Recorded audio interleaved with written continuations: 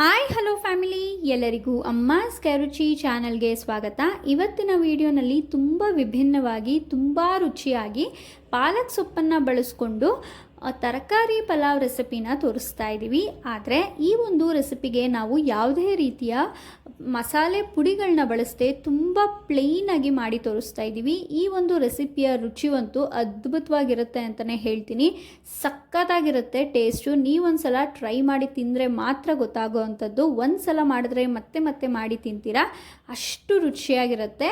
ಹಾಗಾದರೆ ಬನ್ನಿ ಈ ಒಂದು ರೆಸಿಪಿ ಮಾಡೋದಕ್ಕೆ ಏನೆಲ್ಲ ಪದಾರ್ಥಗಳು ಬೇಕಾಗುತ್ತೆ ನೋಡೋಣ. 2 ಲೋಟ ಅಕ್ಕಿನ ತೊಗೊಂಡಿದ್ದೀವಿ, 1 ಕಟ್ಟಷ್ಟು ಪಾಲಕ್ ಸೊಪ್ಪನ್ನು ತೊಗೊಂಡಿದ್ದೀವಿ, ಹಾಗೆ ಕ್ಯಾರೆಟು, ಉಳ್ಳಿಕಾಯಿ ಮತ್ತು ಹಸಿ ಬಟಾಣಿನ ಬಳಸ್ಕೊಂಡಿದ್ದೀವಿ. ಇಲ್ಲಿ ಮಸಾಲೆ ರುಬ್ಕೊಳ್ಳೋಕ್ಕೆ ನಾವು 1 ಗಡ್ಡೆ ಬೆಳ್ಳುಳ್ಳಿ, ಹಾಗೆ 1 ಇಂಚಷ್ಟು ಶುಂಠಿ, 7 ರಿಂದ 8 ಒಣಮೆಣಸಿನ್ಕಾಯಿ, ಚಕ್ಕೆ, ಲವಂಗ, ಏಲಕ್ಕಿ ಮತ್ತು ಒಂದು ಅರ್ಧ ಹೋಳಷ್ಟು ಈರುಳ್ಳಿನ ತೊಗೊಂಡಿದ್ದೀವಿ. ಇಲ್ಲಿ 2 ಈರುಳ್ಳಿನ ಉದ್ದುದಕ್ಕೆ ಕಟ್ ಮಾಡಿದ್ದೀವಿ. ಸ್ವಲ್ಪ ಕೊತ್ತಂಬರಿ ಸೊಪ್ಪು, ಕರಿಬೇವಿನ ಸೊಪ್ಪು, 1 ನಿಂಬೆಹಣ್ಣು, 2 ಪಲಾವ್ ಎಲೆ, ಹಾಗೆ 1/4 ಟೇಬಲ್ ಸ್ಪೂನಷ್ಟು ಸೋಂಪು ತೊಗೊಂಡಿದ್ದೀವಿ. ರುಚಿಗೆ ತಕ್ಕಷ್ಟು ಉಪ್ಪು ಮತ್ತು ಮಾಡೋದಕ್ಕೆ ಸ್ವಲ್ಪ ಎಣ್ಣೆನ ಬಳಸ್ಕೊಂಡಿದ್ದೀವಿ. ಈಗ ಹೇಗೆ ಮಾಡೋದು ಅಂತ ನೋಡೋಣ. ಮೊದಲನೇದಾಗಿ ನಾವಿಲ್ಲಿ ಒಂದು ಬಾಣಲಿಗೆ 2 ಟೇಬಲ್ ಸ್ಪೂನಷ್ಟು ಎಣ್ಣೆನ ಹಾಕಿ ಅರ್ಧ ಹೋಳಷ್ಟು ಈರುಳ್ಳಿನ ಹಾಕ್ಕೊಂಡಿದ್ದೀವಿ. ಇದ್ರ ಜೊತೆಗೆ ಬೆಳ್ಳುಳ್ಳಿ, ಶುಂಠಿ ಇಷ್ಟನ್ನು ಕೂಡ ಹಾಕಿ ಸ್ವಲ್ಪ ಕಲರ್ ಚೇಂಜ್ ಆಗುವವರೆಗೂ ಕೂಡ, ಈರುಳ್ಳಿ ಸ್ವಲ್ಪ ಕಲರ್ ಚೇಂಜ್ ಆಗುವಾಗ ಅಲ್ಲಿವರೆಗೂ ಕೂಡ ಚೆನ್ನಾಗಿ ಹುರ್ಕೊಬೇಕು. ನೋಡಿ, ಈ ರೀತಿಯಾಗಿ ಸ್ವಲ್ಪ ಹುರ್ಕೊಂಡ್ಮೇಲೆ ಇದಕ್ಕೆ ಹಸಿಮೆಣ್ಸಿನ್ಕಾಯಿನೂ ಕೂಡ ನೀವು ಬಳಸ್ಕೋಬೋದು, ಇಲ್ಲ ನಾವು ಹಾಕಿರೋ ಥರ ಒಣಮೆಣ್ಸಿನ್ಕಾಯಿನೂ ಕೂಡ ಬಳಸ್ಕೋಬೋದು. ಇದಕ್ಕೇ ಚಕ್ಕೆ, ಲವಂಗ, ಏಲಕ್ಕಿನೂ ಕೂಡ ಹಾಕ್ಕೊಂಡು ಸ್ವಲ್ಪ ಹೊತ್ತು ಚೆನ್ನಾಗಿ ಫ್ರೈ ಮಾಡ್ಕೊಳ್ಳೋಣ. ಇದು ಬಂದು ಮಸಾಲೆ ರುಬ್ಕೊಳ್ಳೋದಕ್ಕೆ. ಇದಾದಮೇಲೆ ನೋಡ್ತಾ ಇರ್ಬೋದು ಸ್ವಲ್ಪ ಚೆನ್ನಾಗಿ ಫ್ರೈ ಆಗಿದೆ. ಈಗ 1 ಕಟ್ಟಷ್ಟು ಪಾಲಕ್ ಸೊಪ್ಪನ್ನು ಚೆನ್ನಾಗಿ ಬಿಡಿಸು ತೊಳೆದು ಹಾಕ್ಕೊಂಡಿದ್ದೀವಿ. ಪಾಲಕ್ ಸೊಪ್ಪು ಚೆನ್ನಾಗಿ ಫ್ರೈ ಆಗಬೇಕು ಎಣ್ಣೆಯಲ್ಲಿ, ಅಲ್ಲಿವರೆಗೂ ಕೂಡ ಎಣ್ಣೆಯಲ್ಲಿ ಆದಷ್ಟು ಚೆನ್ನಾಗಿ ಫ್ರೈ ಮಾಡ್ಕೊಳ್ಳೋಣ. ನೋಡಿ, ಈ ಒಂದು ಪಲಾವ್ ರೆಸಿಪಿ ನಾವು ಯಾವುದೇ ರೀತಿಯ ಖಾರದ ಪುಡಿ, ಗರಂ ಮಸಾಲ, ಚಿಕನ್ ಮಸಾಲ, ಯಾವ ರೀತಿಯ ಮಸಾಲೆ ಪುಡಿಗಳನ್ನು ಹಾಕದೆ ಮಾಡ್ತಿರೋ ಅಂಥದ್ದು ತುಂಬ ಚೆನ್ನಾಗಿರುತ್ತೆ. ಮಸಾಲೆ ಎಲ್ಲ ತುಂಬ ಕಡಿಮೆ ಇದ್ದು ತುಂಬ ಪ್ಲೇನಾಗೆ ತುಂಬ ರುಚಿಯಾಗಿರುತ್ತೆ ಅಂತಲೇ ಹೇಳ್ತೀನಿ. ನೋಡಿ, ಈ ರೀತಿಯಾಗಿ ಚೆನ್ನಾಗಿ ಫ್ರೈ ಮಾಡ್ಕೊಂಡ್ಮೇಲೆ ಇದನ್ನು ಸ್ವಲ್ಪ ತಣ್ಣಗಾಗೋವರೆಗೂ ಬಿಟ್ಟು ಇದನ್ನು ಮಿಕ್ಸಿಲಿ ನುಣ್ಣಕ್ಕೆ ನೀವು ರುಬ್ಬಿಕೊಬೇಕು.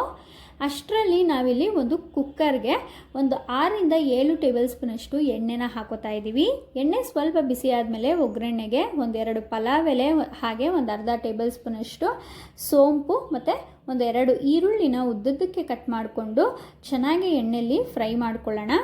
ಬೇಕಾದರೆ ನೀವಿಲ್ಲಿ ಒಗ್ಗರಣೆಗೆ ಸ್ವಲ್ಪ ಹಿಂಗನ್ನು ಕೂಡ ಬಳಸ್ಕೋಬೋದು. ನೋಡಿ, ಈ ರೀತಿಯಾಗಿ ಚೆನ್ನಾಗಿ ಈರುಳ್ಳಿ ಫ್ರೈ ಆದಮೇಲೆ ಇಲ್ಲಿ ನಾವು ತರಕಾರಿಗಳನ್ನ ಹಾಕೋತಾ ಇದ್ದೀವಿ. ಇಲ್ಲಿ ನಾವು ಕ್ಯಾರೆಟು, ಹಾಗೆ ಉಳ್ಳಿಕಾಯಿ ಮತ್ತು ಹಸಿ ಬಟಾಣಿನ ಬಳಸ್ಕೊಂಡಿದ್ದೀವಿ. ಬಟಾಣಿ ಇಲ್ಲ ಅನ್ನೋರು ಬೇಕಾದ್ರೆ ಸ್ಕಿಪ್ ಮಾಡ್ಕೋಬೋದು, ಇಲ್ಲ ಬೇರೆ ರೀತಿಯ ತರಕಾರಿಗಳನ್ನ ಬಳಸಬೇಕು ಅನ್ನೋರು ಬೇಕಾದ್ರೂ ಬಳಸ್ಕೋಬೋದು. ಇದನ್ನು ಸ್ವಲ್ಪ ಚೆನ್ನಾಗಿ ಫ್ರೈ ಮಾಡಿ ಇದಕ್ಕೆ ಸ್ವಲ್ಪ ಅರಿಶಿನದ ಪುಡಿ, ಹಾಗೆ ಸ್ವಲ್ಪ ಉಪ್ಪನ್ನು ಕೂಡ ಹಾಕ್ಕೊಂಡು ಆದಷ್ಟು ತರಕಾರಿಗಳನ್ನ ಎಣ್ಣೆಯಲ್ಲಿ ಚೆನ್ನಾಗಿ ಫ್ರೈ ಮಾಡ್ಕೊಳ್ಳೋಣ.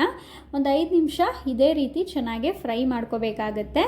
ಇದಾದಮೇಲೆ ಒಂದು ತಟ್ಟೆನ ಮುಚ್ಚಿ 5 ನಿಮಿಷ ಹಾಗೆ ಬಿಡೋಣ.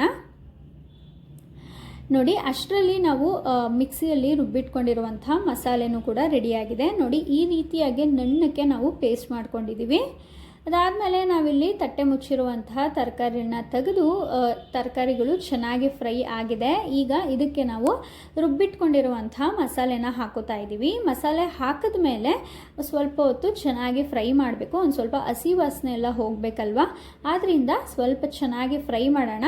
ಚೆನ್ನಾಗಿ ಫ್ರೈ ಆಗಿ ಎಣ್ಣೆ ಎಲ್ಲ ಕ್ಲೀನಾಗಿ ಬಿಟ್ಕೋಬೇಕು, ಅಲ್ಲಿವರೆಗೂ ಕೂಡ ಫ್ರೈ ಮಾಡ್ಕೊಳ್ಳೋಣ. ಇದನ್ನೇ ಸ್ವಲ್ಪ ಮಿಕ್ಸಿಯಲ್ಲಿ ಮಿಕ್ಕಿರುವಂತಹ ಜಾರ್ನಲ್ಲಿ ಮಿಕ್ಕಿರುವಂತಹ ನೀರನ್ನು ಸ್ವಲ್ಪ ಹಾಕ್ಕೊಂಡಿದ್ದೀವಿ ಅಷ್ಟೇ. ನೋಡಿ, ಈ ರೀತಿಯಾಗಿ ಚೆನ್ನಾಗಿ ಫ್ರೈ ಮಾಡ್ಕೊಳ್ಳಿ. ಎಷ್ಟು ಚೆನ್ನಾಗಿ ಕಾಣ್ತಾ ಇದೆ ಅಲ್ವಾ. ಈಗ ಇದಕ್ಕೆ ನಾವು 2 ಲೋಟ ಅಕ್ಕಿಗೆ ನಾವಿಲ್ಲಿ ಅದೇ ಲೋಟದಲ್ಲಿ 4 ಲೋಟದಷ್ಟು ನೀರನ್ನು ಹಾಕೋತಾ ಇದ್ದೀವಿ. ಅರ್ಜೆಂಟಿಗೆ ಆಗಬೇಕು ಅನ್ನೋರು ಬೇಕಾದ್ರೆ ನೀರನ್ನು ಚೆನ್ನಾಗಿ ಕಾಯಿಸಿ ಕೂಡ ಹಾಕೋಬೋದು. ನೀರನ್ನು ಕಾಯಿಸಿ ಹಾಕ್ಕೊಂಡ್ರೆ ಸ್ವಲ್ಪ ಬೇಗ ಆಗುತ್ತೆ. ಇಲ್ಲ ಅಂದರೆ ಬೇಕಾದ್ರೆ ತಣ್ಣೀರನ್ನು ಕೂಡ ನೀವು ಹಾಕ್ಕೋಬೋದು. ನೀರು ಹಾಕಿದ್ಮೇಲೆ ಇದು ಚೆನ್ನಾಗಿ ಕುದಿ ಬರಬೇಕು. ನೀರು ಹಾಕಿದ್ಮೇಲೆ ಉಪ್ಪು ಖಾರ ಸ್ವಲ್ಪ ನೋಡ್ಕೊಳ್ಳಿ. ಅದಾದಮೇಲೆ ಏನಾದರೂ ಕಡಿಮೆ ಆಗಿದರೆ ಸ್ವಲ್ಪ ಉಪ್ಪನ್ನು ಹಾಕ್ಕೋಬೋದು. ಅದಾದಮೇಲೆ ಒಂದು ಅರ್ಧ ಹೋಳಷ್ಟು ನಾವು ನಿಂಬೆ ಹಣ್ಣಿನ ರಸನ ಹಾಕೋತಾ ಇದ್ದೀವಿ. ಇಷ್ಟನ್ನು ಕೂಡ ಹಾಕಿ ಕ್ಲೀನಾಗಿ ಮಿಕ್ಸ್ ಮಾಡ್ಕೊಳ್ಳಿ. ಇದು ಚೆನ್ನಾಗಿ ಕುದಿ ಬರಬೇಕು. ಕುದಿ ಬಂದ ಮೇಲೆ ನೀವು ಏನಿದ್ರು ಅಕ್ಕಿನ ಹಾಕ್ಕೋಬೇಕಾಗತ್ತೆ. ನೋಡಿ ಇದೀಗ ತುಂಬ ಚೆನ್ನಾಗಿ ಕುದಿ ಬರ್ತಾ ಇದೆ. ಈಗ ನಾವು 2 ಲೋಟದಷ್ಟು ಅಕ್ಕಿನ ಕ್ಲೀನಾಗಿ ತೊಳೆದು ಹಾಕೋತಾ ಇದ್ದೀವಿ. ಇಲ್ಲಿ ನೀವು ಯಾವುದೇ ರೀತಿಯ ಅಕ್ಕಿನ ಬಳಸ್ಕೋಬೋದು. ನಿಮ್ಮ ಮನೇಲಿ ಯಾವ ಅಕ್ಕಿನ ಬಳಸ್ತೀರೋ ಅದನ್ನೇ ಬಳಸ್ಬೋದು. ಬಾಸುಮತಿ ಅಕ್ಕಿನೂ ಕೂಡ ನೀವು ಬಳಸ್ಕೋಬೋದು, ತುಂಬ ಚೆನ್ನಾಗಿರುತ್ತೆ ರುಚಿ. ನೋಡಿ ಅಕ್ಕಿ ಹಾಕಿದ್ಮೇಲೆ ಇದೊಂದು ಸಲ ಕ್ಲೀನಾಗಿ ಒಂದು ಸೌಟಿಂದ ಮಿಕ್ಸ್ ಮಾಡ್ಕೋಬೇಕು. ಈ ರೀತಿ ಮಿಕ್ಸ್ ಮಾಡಿ ಇದನ್ನು ಚೆನ್ನಾಗಿ ಕುದಿ ಬರೋ ತನಕ ಬಿಟ್ಟು ಅದಾದಮೇಲೆ ನಾವು ಕುಕ್ಕರ್ನ ಕ್ಲೋಸ್ ಮಾಡ್ಕೊತಾ ಇದ್ದೀವಿ. ಕುಕ್ಕರ್ನ ಕ್ಲೋಸ್ ಮಾಡಿ ಒಂದು 2 ವಿಷಲು ಬರೋವರೆಗೂ ಕೂಗಿಸ್ಕೋಬೇಕಾಗತ್ತೆ. ಇದು ಚೆನ್ನಾಗಿ 2 ವಿಷಲ್ ಬಂದ ಮೇಲೆ ನಾವಿಲ್ಲಿ ಓಪನ್ ಮಾಡ್ತಾ ಇದ್ದೀವಿ. ನೋಡ್ತಾ ಇರ್ಬೋದು ಎಷ್ಟು ಸಕ್ಕತ್ತಾಗಿದೆ, ಎಷ್ಟು ಉದುರುದ್ರಾಗಿ ಎಷ್ಟು ಚೆನ್ನಾಗಾಗಿದೆ. ಅಕ್ಕಿ ಹಾಕಿದ್ಮೇಲೆ ಚೆನ್ನಾಗಿ ಕುದಿ ಬಂದ ಮೇಲೆ ನೀವು ಕುಕ್ಕರ್ ಮುಚ್ಚೋದ್ರಿಂದ ಈ ರೀತಿಯಾಗಿ ಮಸಾಲೆ ಒಂದೇ ಕಡೆ ಉಳಿದೇನೆ ತಡದಲ್ಲೂ ಕೂಡ ತುಂಬ ಚೆನ್ನಾಗಿ ಮಿಕ್ಸ್ ಆಗಿರುತ್ತೆ. ಇದನ್ನು ನೀವು ಸ್ವಲ್ಪ ಮೊಸರು ಬಜ್ಜಿ ಜೊತೆಗೆ ಸರ್ವ್ ಮಾಡ್ಬೋದು. ತುಂಬ ರುಚಿಯಾಗಿರುತ್ತೆ ಅಂತಲೇ ಹೇಳ್ತೀನಿ. ವಯಸ್ಸಾಗಿರೋರಿಗೆ ಚಿಕ್ಕ ಮಕ್ಳಿಗಂತೂ ಸಖತ್ತಾಗಿರುತ್ತೆ. ಅವ್ರು ತುಂಬ ಇಷ್ಟಪಟ್ಟು ತಿಂತಾರೆ. ಯಾಕೆ ಅಂದರೆ ತುಂಬ ಪ್ಲೇನಾಗಿರುತ್ತಲ್ವ, ರುಚಿನೂ ಅಷ್ಟೇ ಮಾಮೂಲಿ ಪಲಾವ್ ಥರ ಇರೋದಿಲ್ಲ, ತುಂಬ ವಿಭಿನ್ನವಾಗಿರುತ್ತೆ. ಹೋಟ್ಲಲ್ಲೆಲ್ಲ ನಿಮಗೆ ಸಿಗೋ ಥರ ರುಚಿನೇ ಕೊಡುತ್ತೆ ಅಂತಲೇ ಹೇಳ್ತೀನಿ. ಒಂದು ಸಲ ಈ ರೀತಿಯಾಗಿ ತುಂಬ ಹೆಲ್ದಿಯಾಗೆ ಪಾಲಕ್ ಸೊಪ್ಪನ್ನು ಬಳಸ್ಕೊಂಡು ಈ ರೀತಿಯಾಗಿ ತರಕಾರಿ ಪಲಾವ್ ರೆಸಿಪಿನ ಮಾಡಿಕೊಡಿ. ಸೊಪ್ಪು ತಿನ್ನಲ್ಲ ಅನ್ನೋರಿಗೆ ಇದೊಂದು ಬೆಸ್ಟ್ ಆಪ್ಷನ್ ಅಂತಲೇ ಹೇಳ್ತೀನಿ. ಈ ಒಂದು ರೆಸಿಪಿ ನಿಮ್ಗೆಲ್ಲರಿಗೂ ಇಷ್ಟ ಆಗಿದೆ ಅಂತ ಭಾವಿಸ್ತೀನಿ. ಇಷ್ಟ ಆಗಿದ್ರೆ ಅಮ್ಮಾಸ್ ಕೆರುಚಿ ಚಾನಲ್ನ ಸಬ್ಸ್ಕ್ರೈಬ್ ಮಾಡ್ಕೊಳ್ಳಿ. ಹಾಗೆ ಲೈಕ್, ಶೇರ್, ಕಮೆಂಟ್ ಮಾಡಿ. ನಿಮ್ಮ ಫ್ರೆಂಡ್ಸ್ ಆ್ಯಂಡ್ ಫ್ಯಾಮಿಲಿಗೂ ಈ ಒಂದು ಹೆಲ್ದಿ ರೆಸಿಪಿನ ಶೇರ್ ಮಾಡಿ. ನೀವು ಕೂಡ ನಿಮ್ಮ ಮನೇಲಿ ಟ್ರೈ ಮಾಡಿ ರೆಸಿಪಿ. ಹಾಗೆ ಈ ಒಂದು ವಿಡಿಯೋನ ನೀವೆಲ್ಲರೂ ಕೂಡ ಕೊನೆಯವರೆಗೂ ನೋಡಿದ್ದಕ್ಕಾಗಿ ಎಲ್ಲರಿಗೂ ತುಂಬು ಹೃದಯದ ಧನ್ಯವಾದಗಳು.